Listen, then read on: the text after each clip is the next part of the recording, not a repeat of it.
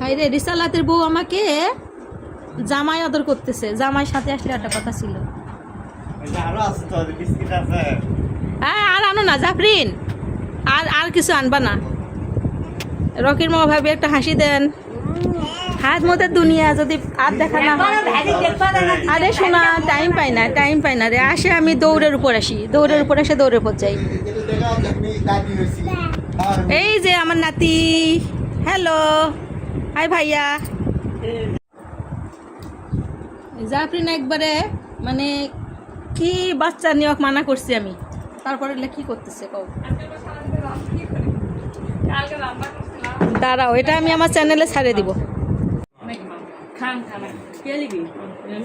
ভাস্তা বইয়ের পাগলামি।